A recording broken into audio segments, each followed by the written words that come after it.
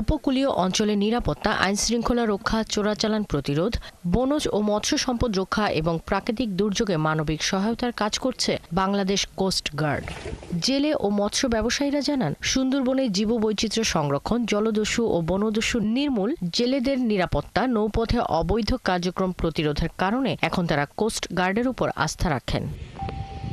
Bangladesh coast guard সুন্দরবনে যে সাঁড়াশি অভিযান পরিচালনা করছে বনদস্যু এবং জলদস্যুদের বিরুদ্ধে, এতে করে জেলে পরিবার এবং বনজীবীদের মাঝে একটা স্বস্তি ফিরে এসেছে। বাংলাদেশ কোস্টগার্ড আমাদেরকে দুর্যোগকালীন সময়, দুর্যোগের পূর্ব মুহূর্ত থেকে দুর্যোগের শেষ পর্যন্ত, প্রথম থেকে শুরু করে মাইকিং, জনসচেতনমূলক যত রকমের যা আছে আমাদের এই উপকূলীয় এলাকায়, কোস্টগার্ড সেগুলা সুন্দরভাবে পালন করে।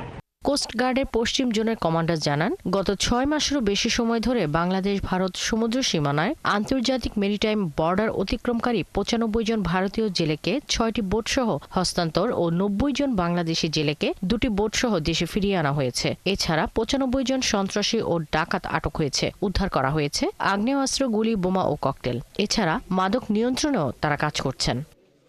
আইনশৃঙ্খলা রক্ষা ও নিরাপত্তা নিশ্চিতে বাংলাদেশ কোস্ট গার্ড, নৌবাহিনী, র্যাব, পুলিশ, বন বিভাগ, মৎস্য অধিদপ্তর এবং শিপিং সহ অন্যান্য সংস্থার সাথে সমন্বয়ে যৌথ অভিযানও পরিচালনা করা হচ্ছে।